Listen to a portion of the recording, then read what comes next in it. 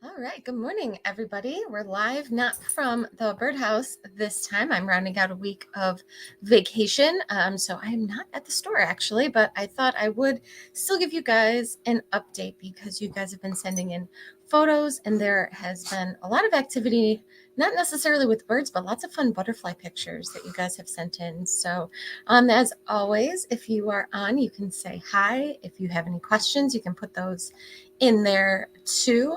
And if you have any sightings, throw those in the comments as well. But let's get started here. First of all, lots of baby birds out there. So that is probably the biggest birding news are all of these little fledglings out there. And here's a photo of one that was sent in by Michelle.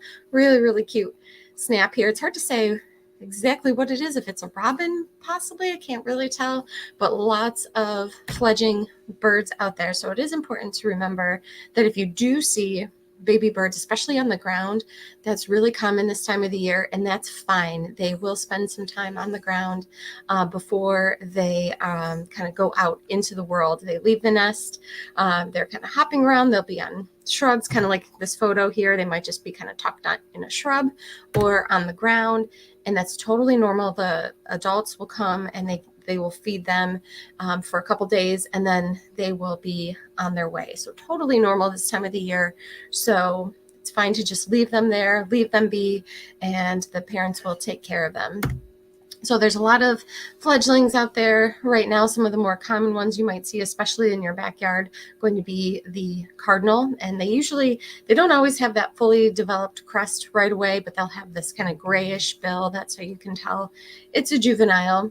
And so, cardinals, robins, blue jays, all really common fledglings that are out there right now. And if you're lucky enough to get bluebirds are out there as well. Their second brood has fledged for the most part for most people, and they might be on to their third. They can have up to 3 broods a year. So they if they're going to, now would be the time for them to have their third brood. So lots of bluebirds out there as well, if you're lucky enough to get them, if you've got the right habitat. But this is another thing that you might see.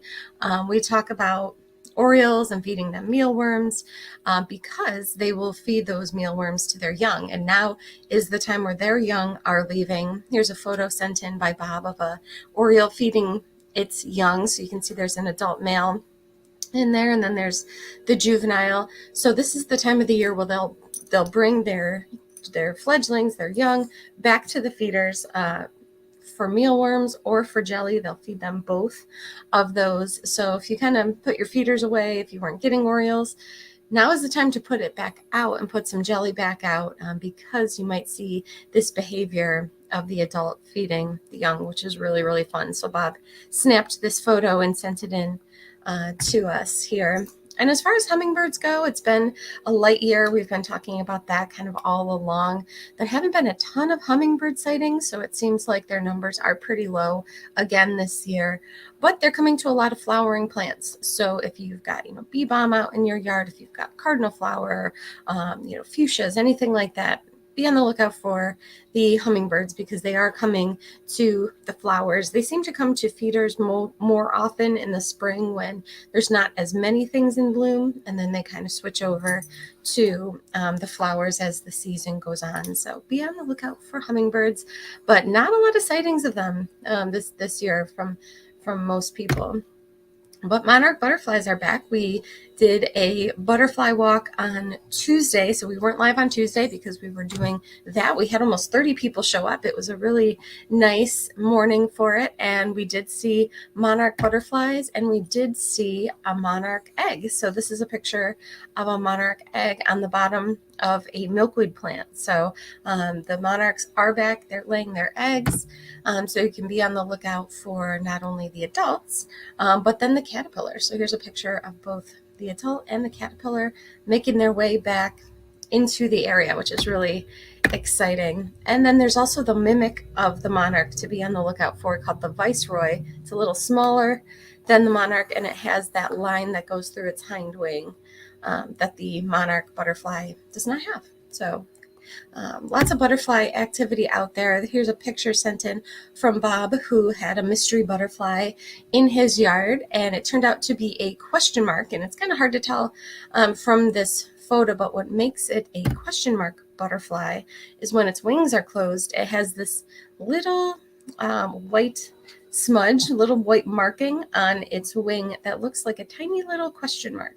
So this is one of those butterflies, and Bob happened to snap that photo in his yard. So pretty cool sightings there. And then he sent in some other photos as well. He says butterfly, moth, and a surprise visitor to the backyard, an ovenbird. So this butterfly photo that he sent in, I believe, is a northern pearly eye butterfly. So really pretty butterfly there with a bunch of little eye spots. And then, I don't know why this one's acting up, but this is the Virginia centucha moth. That's the day flying moth. So those are out there all over the place right now. If you go to any kind of field, you'll see these guys flying around. They've got the black wings and the iridescent kind of blue body and orange head.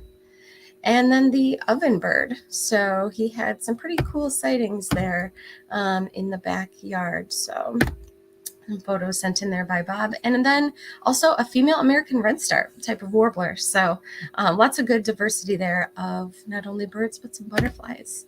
And then my big news is I saw for the first time ever a polyphemus moth. I put out a sheet with shining some lights on it, and this guy arrived. I didn't even notice it at first. It blended in very, very well. It almost looked like a leaf, but very, very large. And then it opened up its wings, and you could see its eye spots, which give it its name, the polyphemus. So this is one of those big, giant silk moths I've been searching and scouring for and not having much luck until last weekend. I saw this guy. So they only live for a few days. I was reading a little bit about them, and they don't live any more than a week. So it was pretty cool to be able to see one of those. And it was still there in the morning too. So this is a picture of it.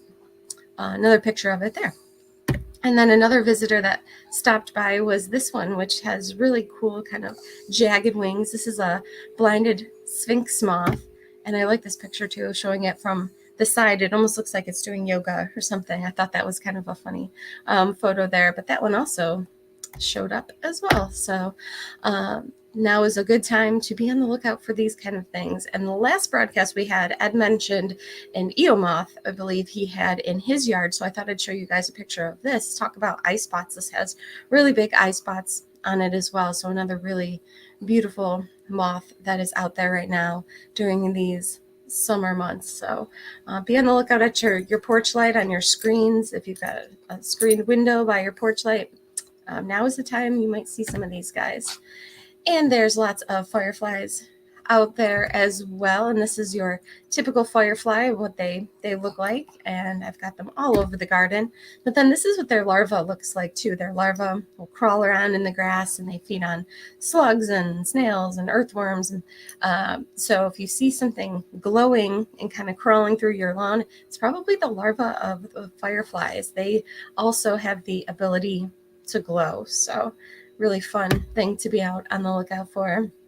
And there's a lot of other caterpillars that you might not want to come across, like the spongy moth caterpillar. These guys can defoliate trees pretty quickly if you happen to have them around.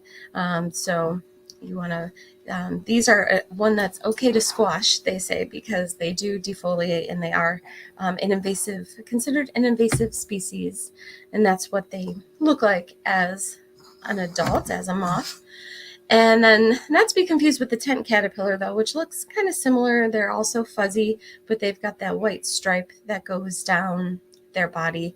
And so that's how you can differentiate them from this spongy moth or the gypsy moth caterpillar. So either way, though, these caterpillars are great food sources for the birds. So keep that in mind also. And if you've got your plants in bloom and you're looking for hummingbirds at them, be on the lookout for the hummingbird clearwing moth. Also, this is one of those day flying moths, and it mimics the hummingbird. So it hovers, and it will go to the same types of plants as the hummingbirds do, and it's active during the day. So be on the lookout for them as well.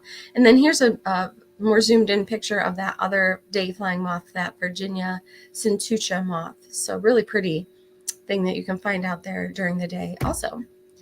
And talking about giant silk moths, here's another one to look out for this time of the year. The Luna moth, this bright green moth, is another species of the giant silk moths that are out there this time of the year. So lots of fun stuff out there, including these little orange butterflies called pearl crescents. This is one that was taken by Mary Ellen.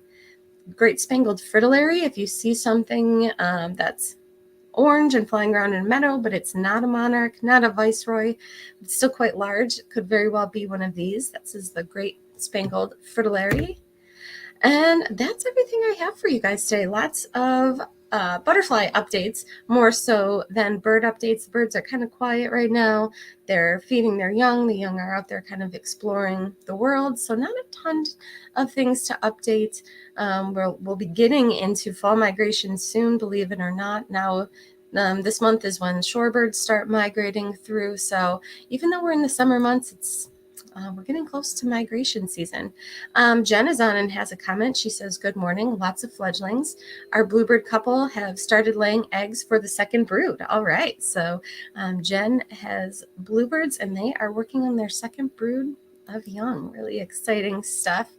Let's see. Ed is on, says congratulations on the polyphemus moth sighting. They are so strikingly beautiful and big. We usually see them in our neighborhood, but haven't seen any for a few years. Yeah, this is the first one I had ever seen, and it showed up right away as soon as I turned the lights on. So really, really exciting stuff there. You never know what kind of a thing you'll see out there when you look. So thank you guys for tuning in. It looks like that's everybody's comments and questions for the day. We'll be back to our usual broadcast starting on Tuesday. And until then, have a great weekend, and we will talk to you soon. Bye-bye.